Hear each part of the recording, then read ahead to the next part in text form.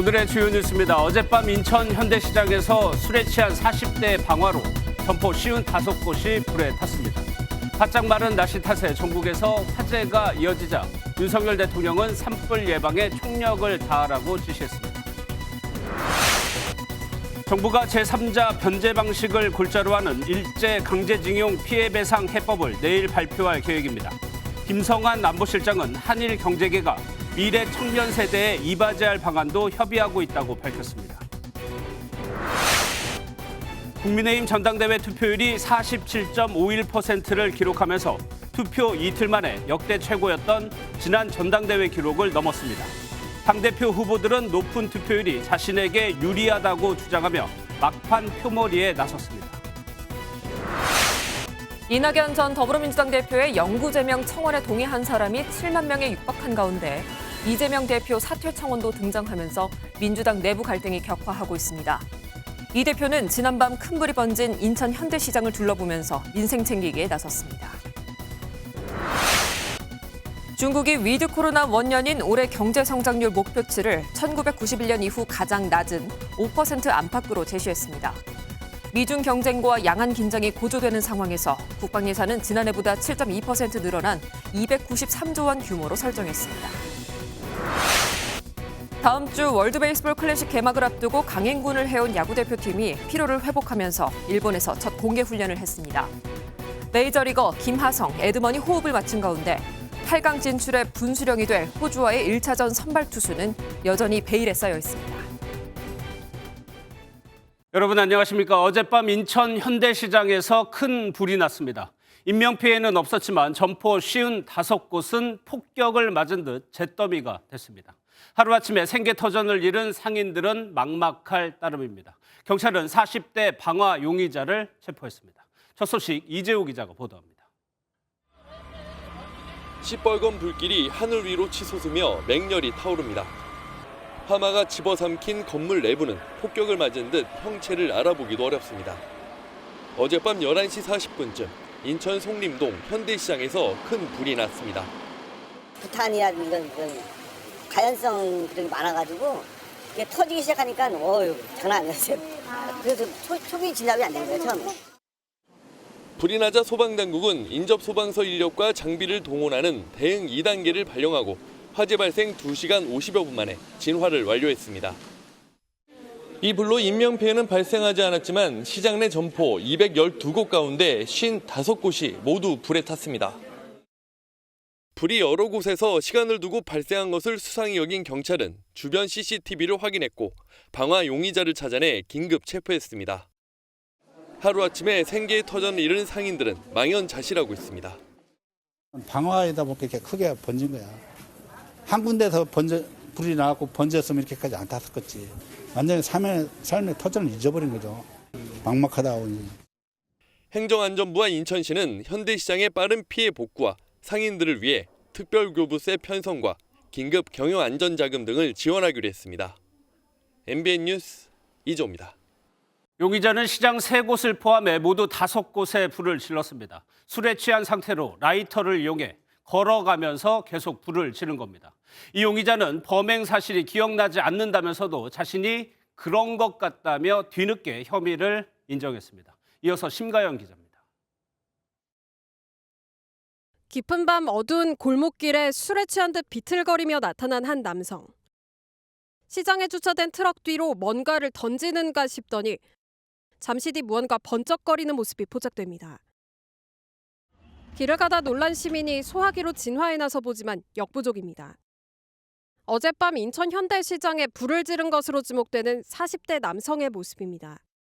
이 남자가 술 달라니까는 안 줬대요. 그러니까는 욕지거라면서 오면서 3군데를 불질러 놓은 거예요. 해당 남성은 음주 상태로 범행을 벌인 것으로 알려졌는데 시장 점포 3곳과 트럭 적재함 등 모두 5곳에 불을 질렀습니다. 5곳에 불을 지르는 데 걸린 시간은 불과 10여 분이었습니다. 그러니까 뭐 그런 것 같다 그래요. 인정을 하는 거고 기억은 안 난다고 그러고 라이터로 한 것 같아요. 불이 난 인천 현대시장은 50년간 200여 개 점포가 영업을 이어온 대표적인 서민시장으로 이번 화재로 당장 내일부터 장사에 차질을 빚게 됐습니다. 경찰은 범행 경위 등을 조사한 뒤 이 남성에게 일반 건조물 방화 혐의로 구속영장을 신청할 예정입니다. MBN 뉴스 심가현입니다. 산불도 전국 곳곳에서 이어졌습니다. 오늘만 해도 8곳. 윤석열 대통령은 예방에 총력을 기울여달라고 당부했습니다. 김세희 기자가 보도합니다. 불길이 능선을 따라 빨간 선을 만들고 소방관들이 줄지어 세찬 물줄기를 뿌립니다. 어제 오후 6시쯤 대구 남구의 한 산에서 화재가 발생해 4헥타르의 산림이 소실됐습니다. 산림청과 소방당국은 산불 진화 헬기 2대와 총 691명의 인력을 투입했고 불은 4시간 25분 만에 진화됐습니다. 오늘은 경북 경산을 포함해 무려 8곳에서 산불이 발생했는데 산 주변에서 태운 쓰레기 불씨나 담뱃불의 영향도 있었습니다. 산림청은 전국적으로 건조특보가 발령된 만큼 대형 산불에 주의를 당부했습니다. 날씨가 건조해지고 기온이 올라가면 산불의 연료가 되고 있는 낙엽들이 뼈가 떨어지거든요. 그러면 작은 점화원에도 쉽게 연소가 되고 해서 불의 확산이 커질 수가 있죠. 국립산림과학원은 기후변화로 인해 2000년 이후부터 우리나라 산불 발생 위험성이 30%에서 50% 급증한 것으로 밝혔습니다. 산불의 발생 일수도 30년 사이에 66일이나 증가했습니다. 산에 연기가 피어오른다든지 불꽃이 보이면 즉시 119에 신고하는 것이 필요하고요. 또한 산 인근에는 쓰레기 소각을 절대 하지 않도록 할 필요가 있습니다. 윤석열 대통령은 비가 내리는 우기까지 특별대책 기간으로 지정하고 국민 불편 최소화 및 신속 지원을 위해 산불 예방을 긴급 지시했습니다. MBN 뉴스 김세희입니다. 한일 간 최대 현안인 강제동원 배상 문제 해법이 내일 발표됩니다. 일본 전범기업이 참여하는 대신 양국의 기업을 대표하는 단체가 미래청년기금을 조성하는 방안이 담길 것으로 보입니다. 서남빛 기자가 보도합니다.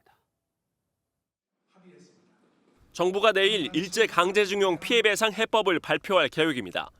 복수의 외교 소식통에 따르면 피해자 지원재단이 재원을 조성해 일본 피고기업 대신 판결금을 지급하는 이른바 제3자 변제 방식이 제한될 걸로 보입니다.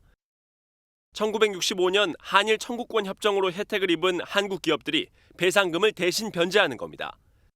우리 정부는 그동안 재단 기금 마련에 일본 피고기업의 참여를 촉구해왔지만 일본 측은 거부했습니다. 이에 우리 정부가 대승적인 결단이 필요하다고 판단해 전격적인 해법 발표에 이르게 된 것으로 전해졌습니다. 강제징용 관련 문제를 최대한 조속히 그리고 진정성을 가지고 해결해 나갔다는 강한 의지를 가지고 있습니다. 이제 우리의 그 높아진 국격에 맞게 정부가 책임지고 한일 양국을 대표하는 경제단체인 전국경제인연합회와 게이단넨이 미래 청년기금을 함께 조성해 운영하는 방안도 발표에 담길 것으로 알려졌습니다.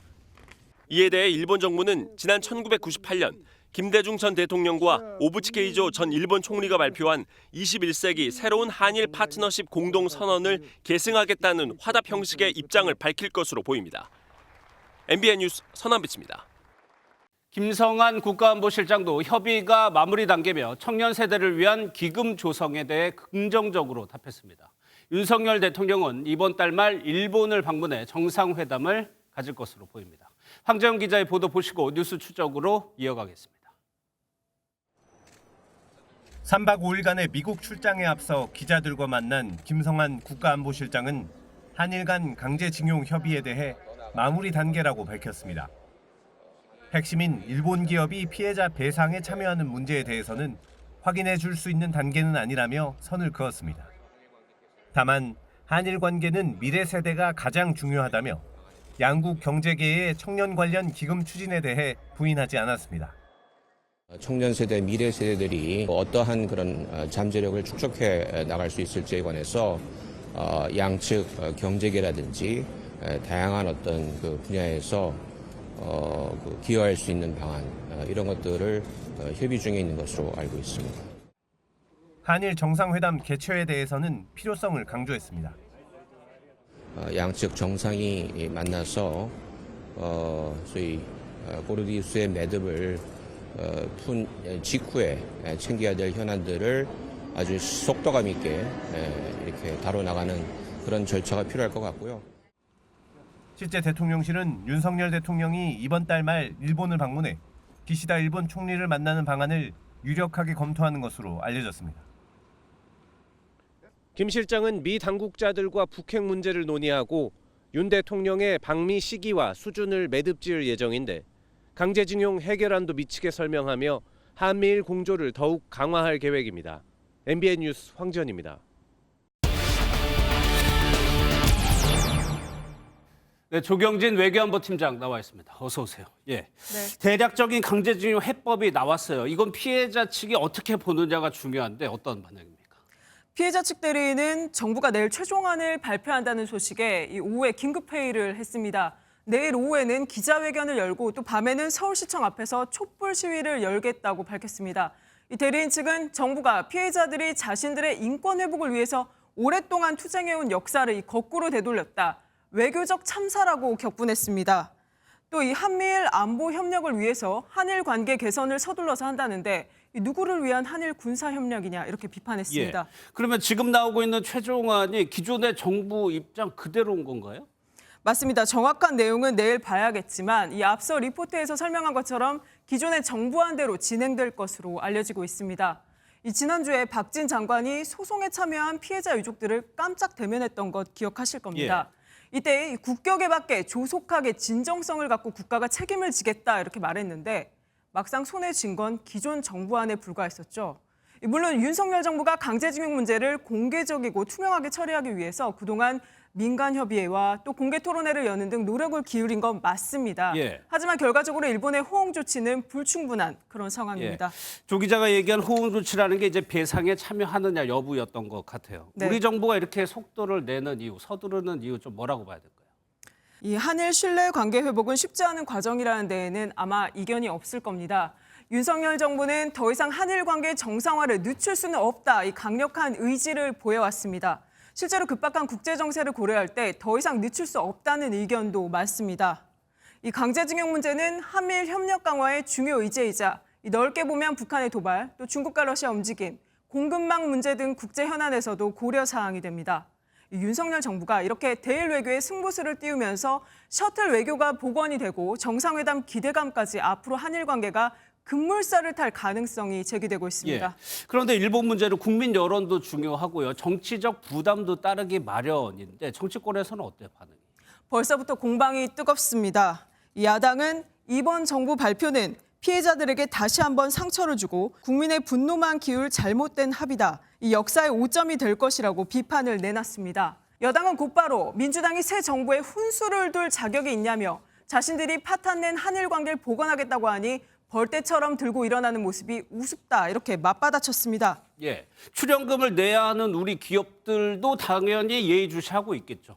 네, 이번에 강제징용 해법과 관련된 이름이 거론되는 기업은 총 16곳입니다. 예. 포스코를 비롯해 한국도로공사, 한국철도공사, 한국전력, KTNG, KT 등 1965년 한일 청구권 협정 당시에 수혜를 입었던 기업들인데요. 이 가장 대표적인 기업인 포스코는 전신인 포항제철의 당시 5억 달러의 경제 협력 자금 중에서 24%에 해당하는 약 1억 2천만 달러가 투입됐었죠. 이 때문에 지난 2012년 재단에 60억 원을 출연한 데 이어서 약속했던 나머지 40억 원도 정부의 요청이 온다면 적극 검토하겠다는 입장인데 사실상 사전 조율이 어느 정도 이루어진 분위기입니다. 최근 정부가 소유분산 기업의 지배구조, 즉 포스코와 KT의 셀프 연임 등을 문제 삼아온 만큼 정부 눈치를 볼 수밖에 없는 상황이기도 합니다. 그런데 앞서 조 기자가 언급한 기업들을 보면 대부분 공기업이라 낼 가능성이 좀 커 보여요. 맞습니다. 다만 상장 기업의 경우에는 주주들의 반발이 일부 예상됩니다. 정부가 출연금을 직접 요청할 경우에는 이게 직권남용 논란에 휘말릴 수 있다는 점도 변수가 됩니다. 이 때문에 정부가 아닌 재단 측이 나서서 관련 기업들이 사회공헌이나 기업의 사회적 책임 차원에서 자발적으로 참여하는 방향이 바람직하다 이런 입장을 내놓고 있습니다. 이 사안은 배상 부분이 있고 또 사과 문제가 있는데 여기에 대해서 일본 정부가 어떻게 입장을 내놓는다고 하나요? 아직까지 일본의 공식적인 입장 발표에 대해서는 알려진 게 없습니다. 일본 정부가 직접 사과가 아니라 지난 역사를 반성하는 내용의 과거 담화를 계승한 내용의 입장을 밝힐 것이란 요미우리 신문의 보도가 있는데요. 예단하지 않고 이 상황을 지켜봐야겠습니다. 예, 여기서 정리하도록 하겠습니다. 지금까지 조경진 기자였습니다. 네, 정치권 소식입니다. 국민의힘 전당대회 투표율이 어제 오늘 진행된 모바일 투표만으로 역대 최고 기록을 썼습니다. 47.51%로 지난 최고 기록 45.36%를 넘었습니다. 높은 투표율을 두고서 후보들은 저마다 자신에게 유리한 해석을 내놨는데요. 유호정 기자가 전해드립니다. 국민의힘 새 지도부를 뽑는 당원 선거인단 모바일 투표가 이틀째 진행된 가운데 오늘까지 집계된 투표율은 47.51%입니다. 투표 이틀 만에 역대 최고였던 지난 전당대회의 최종 투표율인 45.36%를 넘어섰습니다. 당권 주자들은 높은 투표율이 각자 자신에게 유리하다고 해석했습니다. 전당대회를 진흙탕으로 만들거나 네거티브로 일관하는 것에 대한 우리 당원들의 당심이 폭발한 것. 왜 대선에 공이 있는 사람을 적으로 몰아치고 있는가? 침묵하고 계시던 다수 당원의 분노가 국민의힘의 주인은 오히려 우리다. 이번 기회에 윤핵관들 제대로 몰아내고. 제가 김기현 후보의 그 부동산 비리 관련된 얘기를 하면서 핫해진 측면이 막판 경쟁이 심화하면서 선거 중립 문제도 거론됐습니다. 국민의힘 선관위는 일부 후보들의 선거운동 문자 메시지에 대해 구두 경고 조치를 내렸습니다. 해당 당협에서 주도적으로 그쪽으로 표를 몰아달라고 오해할 수 있는 소지가 있기 때문에 경고 대상에 포함된 김용태 최고위원 후보는 선관위가 알아서 권력의 눈치를 본다며 반발했습니다. 안철수 후보는 대통령실 행정관의 선거운동 개입 의혹에 대해 선관위가 손 놓고 있다며 대통령실이 직접 나설 것을 촉구했습니다. 국민의힘은 내일부터 이틀간 모바일 투표에 참여하지 않은 선거인단을 대상으로 ARS 투표를 진행하며 오는 8일 전당대회에서 최종 결과를 발표합니다. MBN 뉴스 유호정입니다. 민주당에선 이낙연 전 대표를 영구 제명하라는 청원 동의자가 7만 명에 육박한 가운데 이재명 대표에 대한 사퇴 청원마저 등장했습니다. 당내 갈등이 더 깊어지는 모습인데 이 대표는 오늘 인천 현대시장 화재 현장을 방문해 민생 챙기기에 집중했습니다. 안보람 기자입니다. 이재명 더불어민주당 대표가 인천 현대시장 화재 현장을 찾았습니다. 피해 상인들의 얘기를 꼼꼼히 적으며 빠른 대책 마련을 약속합니다. 앞으로 상당 기간 영업을 못할 테고 또 있는 물품들 다 소실되고 해가지고 당장 또 대출을 해야 될 경우도 있을 수 있는데 신규 대출 지원도 한번 저희가 알아보겠습니다. 미국의 반도체 지원법에 대해서도 위기 대응엔 속도가 생명이라며 IRA 법안 때처럼 늑장 대응, 부실 대응으로 골든타임을 또다시 놓쳐선 안 된다고 강조했습니다. 당내 갈등 확산에도 민생 챙기기에 집중하며 진정성을 보이려는 걸로 풀이됩니다. 하지만 지지층 사이 갈등은 격화하는 양상입니다. 이낙연 전 대표 영구제명 청원 동의가 7만 명에 육박한 가운데 이재명 대표의 사퇴를 요구하는 맞불 청원이 올라와 3천 명 넘게 동의했습니다. 일각에선 이 대표의 내부 공격 자제 요청 메시지가 너무 늦었다는 지적도 나왔습니다. 이 대표는 일단 말을 아꼈습니다. 대표님 만류에도 좀 당원분들이 내부 공격을 지속하고 있는 상황인데 그런 상황 좀 어떻게 보실까요? 가볍게 좀 더 관심 가져주세요. 민주당 지도부는 이번 주 친명, 비명 구분 없이 당내 소통을 늘리며 갈등 수습에 나서는 한편 대여 투쟁을 강화하며 내부 결집에 집중한다는 계획입니다. MBN 뉴스 안보람입니다. 지하철에서 잠이 든 취객만 노린 상습범죄가 있었습니다. 한 40대 남성이 취객이 흘린 휴대전화를 몰래 훔쳐온 겁니다. 경찰이 한 달 넘는 잠복 근무 끝에 이 남성을 잡았습니다. 백길종 기자입니다. 인적이 드문 심야 시간 서울 지하철 2호선 열차 안. 잠든 승객 옆으로 한 남성이 다가가 바닥에 떨어진 휴대전화를 챙깁니다. 잠시 앉아 주위를 살피더니 열차가 멈추자 유유히 사라집니다. 지난해 10월부터 지난 1월까지 지하철 휴대전화 절도가 이어지자 CCTV 분석에 나선 경찰은 지난달 24일 40대 남성 A씨를 절도 혐의로 긴급 체포했습니다.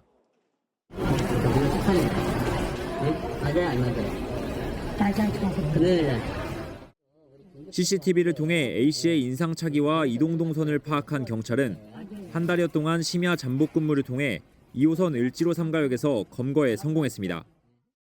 이 친구들은 거의 대부분 다 무임승차예요. 본인 명의로 된 휴대폰도 하나도 없고 그렇기 때문에 이거는 잠복밖에 없어요. A씨는 생활비 마련을 위해 범행을 저질렀으며 훔친 휴대전화 3대를 팔아 90만 원을 챙긴 것으로 조사됐습니다. 경찰은 훔친 휴대전화를 전문적으로 사들인 작물업자를 대상으로 수사를 확대하고 있습니다. MBN 뉴스 백길종입니다. 중국에선 오늘 우리의 국회격인 전국인민대표대회가 열렸습니다. 중국의 올 한해 국정 방향을 가늠할 수 있는 내용들이 발표됐는데요. 베이징 연결해서 자세히 들어보도록 하겠습니다. 자, 윤석정 특파원, 먼저 중국 정부가 발표한 올해 경제 성장률 목표치가 얼마입니까? 네, 중국 정부가 제시한 올해 경제 성장률 목표는 5% 안팎입니다. 대난먼 시위 무력 진압 여파가 이어지던 1991년 이후 가장 낮은 목표치인데요. 지난해에는 코로나19 사태로 목표치 5.5%에 한참 못 미치는 3% 성장에 그쳤습니다.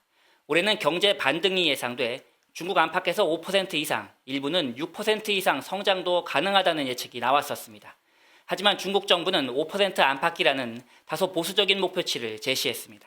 우크라이나 전쟁 장기화 등 대내외 여건이 여전히 불확실하다고 판단한 겁니다. 外部环境不确定性加大，全球通胀仍处于高位，国内经济增长企稳向上基础尚需巩固，需求不足仍是突出。 무엇보다 시진핑 주석 집권 3기를 시작하는 올해 2년 연속 목표치 달성 실패라는 위험을 감수하기보다 나중에 초과 달성이라는 명분을 얻기 위함으로 보입니다. 또 소비자 물가 상승률 목표는 3% 안팎으로 설정하고 도시 일자리를 1,200만 개 창출해 실업률을 5.5% 안팎으로 만든다는 목표도 제시했습니다. 네, 그리고 올해 국방 예산 규모는 어떻게 나왔습니까? 네, 올해 국방 예산은 지난해 대비 7.2% 늘어난 1조 5,537조 위안, 우리 돈 약 293조 원 규모입니다. 지난해 증액률인 7.1%를 뛰어넘었고 2021년부터 3년 연속 증액률이 커졌습니다. 미중 전략 경쟁이 더욱 치열해지고 양안 갈등 고조, 또 일본의 재무장 흐름 등이 반영된 것으로 보입니다. 围绕实现建军100年目标，完成好党和人民赋予的各项任务，全面加强军事治理，巩固拓展军队国防和军队改革成果。 한편 2013년 2월 총리 자리에 오른 리커창 총리는 오늘 업무 보고를 마지막으로 10년에 걸친 총리 임기를 사실상 마쳤습니다. 후임 총리로는 시진핑 주석의 최측근인 리창 중앙정치국 상무위원이 확정적인데 전인대 폐막일인 13일에 기자회견을 할 예정입니다. 지금까지 베이징에서 전해드렸습니다. 코로나19도 거뜬히 이겨냈던 우리 국민의 명품 사랑이 고물가와 고금리 앞에서 한풀 꺾였습니다. 백화점 3사의 명품 매출률은 증가했습니다만 명품 업체들이 가격을 줄줄이 인상했던 것을 감안해 보면 판매량 자체가 줄어든 겁니다. 이현재 기자입니다. 지난해 한국인이 명품에 쓴 돈은 21조, 1인당 40만 원 수준입니다. 인당 명품 소비 지출이 전 세계 1위에 꼽힐 정도로 한국인의 명품 사랑은 유명하지만 올해 들어서는 분위기가 눈에 띄게 달라졌습니다. 금리나 이런 부분 때문에 이제 가처분 소득도 줄어들고 소비 심리가 위축이 되고 좀 그런 부분에 있어서 영향을 받는 게 좀 사실인 것 같습니다. 명품 매장 대기자 수도 크게 줄었습니다. 원래 이 정도 조금 적은 편입니다, 진짜 적은 편이에요. 실제로 올해 백화점 3사의 명품 매출 신장률은 5%대에 그쳤습니다. 지난해 명품 브랜드들이 두 자릿수 가격 인상을 단행했던 걸 감안하면 명품 수요 자체가 줄어든 셈입니다. 경기 침체의 여파로 소비 여력 자체가 지속적으로 감소하고 있는 데다 이마저도 엔데믹 전환 후 해외여행 쪽으로 분산되는 모습입니다. 저 같은 경우도 그 명품 같은 거 사는 것보다는 해외여행을 계획을 더 먼저 잡은 것 같아요. 한참 안 가다가 추억도 남고 그러니까. 이제 엔데믹으로 바뀌면서 소비자의 관심이 다양화되고 분산됐잖아요. 명품을 구매했을 때의 만족보다는 지금은 그동안 못했던 쪽으로 지출을 모으고 있는 상황이다. 이런 분위기 속에서도 명품들의 높은 콧대는 여전한 가운데 과도한 제품 가격 인상을 되돌려야 한다는 지적도 나오고 있습니다. MBN 뉴스 이현재입니다.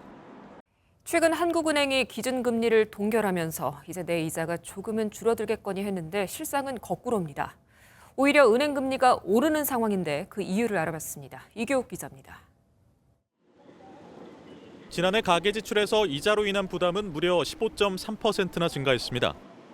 여기에 세금 등을 더한 비소비 지출은 전체 지출의 27%에 육박하며 지난 2006년 이후 최대치를 기록했습니다. 많이 올랐어요. 이자 부담이 한 10% 아니 한 5% 정도는 더 뛴 것 같아요. 그나마 최근 한국은행이 기준금리를 동결하면서 추가 부담은 없을 걸로 예상됐지만 이 같은 기대는 빗나갔습니다. 최근 시중은행의 주택담보대출 고정금리는 하단이 0.280%포인트 올랐고 주택담보대출 변동금리 역시 기준인 코픽스의 하락에도 상단이 0.056% 상승했습니다. 미국의 긴축 기조가 지속될 거란 전망이 우세해지면서 대출 금리에 영향을 미치는 은행채 금리가 높아졌기 때문입니다. 미국의 금리 추가 인상이 좀 더 폭이 커질 것이다 이런 그 기대 심리가 반영이 됐다 이렇게. 그렇지 않아도 높은 이자에 금리마저 출렁이면서 소비자들은 낮은 금리의 대출로 갈아타고 싶지만 실제 실행은 쉽지 않습니다. 더 저렴한 이자가 했으면 하는데 그거는 이제 잘 모르죠. 다 찾아가서 알아봐야 될 편이죠. 이 때문에 정부가 거론한 금리 비교 플랫폼이 빠르게 도입돼야 한다는 지적이 나옵니다. 대환대출 플랫폼, 예금 비교 추천 플랫폼 등을 통해 기존 금융사 간 경쟁을 강화하는 이르면 5월부터 금리 비교 플랫폼이 가동될 거란 전망이 나오는 가운데 실제 가계 이자 부담 완화로 이어질 수 있을지 주목됩니다. MBN 뉴스 이교욱입니다. WBC에 출전하는 야구 대표팀이 일본에서 처음으로 공개 훈련을 했습니다. 강행군으로 인한 피로와 싸움을 벌이면서도 타격과 수비 훈련에 힘을 쏟았습니다. 1차전 상대는 호주입니다. 오사카에서 구경호 기자가 보도합니다. 일본 오사카 훈련장에서 많은 취재진의 관심 속에 첫 공식 훈련을 가진 대표팀. 모두 표정은 밝지만 미국에서 우여곡절 끝에 35시간 만에 귀국하고 다시 이틀 뒤 일본으로 이동한 만큼 우선 피로 회복이 관건입니다. 쉽게 벌어지지 않는 상황이다 보니까 좀 걱정도 많이 했는데 핑계라고 생각하지 않고 다시 잘 준비해 보겠습니다. 14년 만에 대회 4강을 목표로 내건 대표팀은 다행히 순조롭게 적응에 나섰습니다. 지난해 프로야구 6관왕에 올라 관심이 집중된 이정후는 겨우내 바꾼 타격폼을 꼼꼼하게 점검했고 4번 타자가 유력한 박병호는 힘을 실은 타격을 과시하는 등 모두가 힘을 냈습니다. 수비에서는 컨디션 난조인 최정을 대신해 오지환이 김하성, 에드먼과 함께 내야 훈련을 소화했습니다. 8강 진출의 분수령인 호주와의 1차전에 고영표 투수의 선발이 유력시되지만 이강철 감독은 비밀이라며 공개를 꺼렸습니다. 다른 팀 말 안 했는데 저희들 말하면 저희가 전력구성 노출 아닙니까? 아군에 총질하지 맙시다. 현지 적응 훈련에 들어간 우리 대표팀은 내일 오릭스, 모레 한신과의 연습 경기를 통해 실전 감각을 끌어올릴 계획입니다. 오사카에서 MBN 뉴스 구경호입니다. 튀르키예 시리아 대지진이 일어난 지 이제 한 달이 됐습니다. 지금까지 사망자는 5만 1,000명, 이재민은 200만 명에 달합니다. 이번 대지진은 21세기에 발생한 최악의 비극 중의 하나로 기록됐습니다. 이동훈 기자입니다. 잔해 속에서 구조된 할아버지가 5개월 된 손녀와 지진 후 처음으로 다시 만나 눈시울을 적십니다.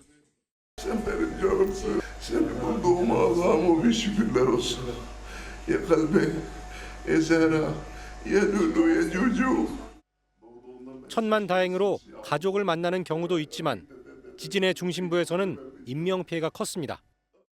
한 달 전 강진이 튀르키예 동남부와 시리아 서북부를 강타하고 여진이 이어지면서 현재까지 튀르키예에서 45,089명, 시리아에선 5,914명 등 총 51,003명이 목숨을 잃은 것으로 집계됐습니다.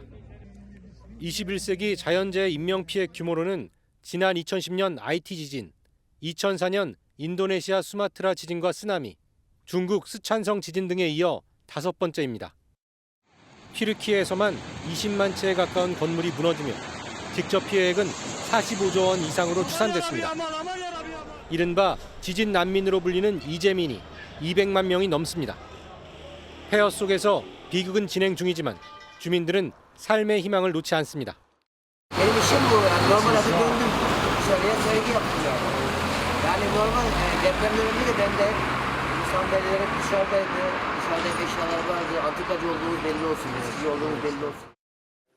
에르도안 튀르키예 대통령은 1년 안에 아파트 20만 채를 짓고 재건하겠다고 공언했지만 참혹한 현실은 여전히 국제사회의 도움을 절실히 필요로 합니다. MBN 뉴스 이동훈입니다. 오늘은 로또 1등보다 2등이 더 관심이었습니다. 어제 발표된 2등 당첨자 664명 중에 103명이 판매점 한 곳에서 무더기로 나왔습니다. 세상에 어떻게 이런 일이 벌어질 수 있느냐면서 조작설로 시끄러운데요. 기획재정부는 우연의 일치다 이렇게 선을 그었습니다. 김태형 기자입니다. 서울 동대문구의 한 복권 판매점. 추첨이 끝난 일요일엔 보통 손님의 발길이 뜸한데 가게는 평소만큼 북적거립니다. 이곳에서 로또 복권 2등 당첨자가 무더기로 나왔다는 소식 때문입니다. 야, 여길 왜 이렇게 많이 나왔어, 2등이? 그러게 말이에요. 2등 당첨자 수가 664명에 달했는데 심지어 한 곳에서만 103건의 당첨이 나오는 이례적인 상황이 발생한 겁니다. 조금씩 많이 긁는 사람들이 있어요. 한 번에 와가지고 다른 가게 뭐 태백에서도 오고 뭐 지방에서도 몇 군데 왔어요. 어떻게 그렇게 긁혔냐고. 처음이죠. 2등이 103명이 어떻게 되냐고. 그렇죠. 소문이 확산하면서 먼 걸음을 한 손님도 있습니다. 일부러 찾아오신 거예요? 네. 성수동이요. 뚝섬. 여기 103명 나왔다고 원래 이거 꿈 같은 일이야죠. 진짜인가 확인하러 왔죠, 오늘요. 2등 당첨금은 약 690만 원으로 직전에 차 2등 당첨금의 10분의 1 수준이지만 103개 모두 한 명이 추첨했을 때 총 7억이 넘는 돈을 받게 됩니다. 하지만 1인당 구매 가능 금액이 10만 원까지라 한 사람이 모두 샀을 가능성은 작습니다. 소식을 접한 누리꾼들은 조작설을 제기하기도 했습니다. 패턴 집중 현상이 있기 때문에 통계라든가 확률학자들이 보면 언제든지 가능한 상황인데 지난해 6월에도 1등 당첨자가 50명, 2013년 5월에는 30명이 나오며 로또 조작설이 제기됐지만 그때도 기재부는 우연의 일치라며 조작설을 일축했습니다. MBN 뉴스 김태형입니다. 빨간 동백꽃이 핀 경남 거제에서 오늘 저희 MBN이 마련한 제2회 거제 희망 레이스가 열렸습니다. 봄 기운과 함께 남해 바다를 온몸으로 즐길 수 있었던 레이스 현장 강진우 기자가 전해드립니다. 2천여 달리미들이 출발선에 모여듭니다. 시원하게 뻗치는 출발 총소리와 함께 행복한 뜀박질이 시작됩니다. 코로나19의 종식을 기원하려고 만들어진 거제 희망 레이스가 2년째 펼쳐졌습니다. 봄이 가장 먼저 오는 거제도에서 달리는 사람들은 희망을 이야기합니다. 코로나 시국 끝나고 나서 상쾌하게 마라톤 대회에 나와서 너무 좋고요. 가족과 함께 친구들과 함께 이런 대회에 참석해서 뜻깊고 좋습니다. 시원하게 펼쳐진 해안도로를 달리는 기분은 더없이 맑고 상쾌합니다. 마스크를 벗고 참여한 행사이다 보니 걸음마를 시작한 아이에게도 더 큰 선물입니다. 100일 맞이해 이제 앞으로 건강하게 크라고 와이퍼 같이 참석하게 됐고요. 앞으로 이 대회를 계기로 저희가 더 행복하고 아름답고 이쁘게 컸으면 좋겠습니다. 하프와 10km, 5km 등 3개 종목에 참여한 2천여 달리미들은 코로나 종식은 물론 건강한 일상을 기원했습니다. MBN 뉴스 강진우입니다. 주말인 오늘 올 들어 가장 따뜻한 하루였습니다. 맑은 하늘에 봄 햇살이 더해지면서 서울은 15.4도, 대전은 17.2도, 경남 함양은 17.4도 선까지 올라섰습니다. 내일도 봄 기운 가득하겠습니다. 오늘보다도 더 따스하겠는데요. 아직 아침 공기는 쌀쌀합니다. 서울이 3도, 경북 김천은 영하 4도까지 떨어지면서 일교차가 매우 크겠습니다. 공기도 탁한데요. 내일도 수도권과 강원 영서, 세종과 충북, 전북과 대구는 종일 초미세먼지 농도 나쁨 수준, 그 밖의 서쪽 지역은 오전에 나쁨 수준 보이겠습니다. 무엇보다 대기가 건조합니다. 이번 한 주 동안에만 산불이 85건 발생했는데요. 현재 곳곳으로는 건조특보가 발효 중인데다 내일부터 영동 지역을 중심으로는 시속 70km에 달하는 돌풍도 예보되어 있습니다. 화재 예방에 더욱 주의하시기 바랍니다. 내일도 전국이 대체로 맑겠습니다. 아침에는 내륙을 중심으로 안개가 짙겠습니다. 자세한 지역별 내일 기온입니다. 아침 기온 서울이 3도, 춘천 영하 4도 보이겠고요. 남부지방도 광주가 3도, 부산 7도로 출발하면서 전국적으로 일교차가 매우 크게 벌어지겠습니다. 모레인 화요일에는 경기 남부와 충청권에 약하게 비가 내릴 전망입니다. 날씨였습니다.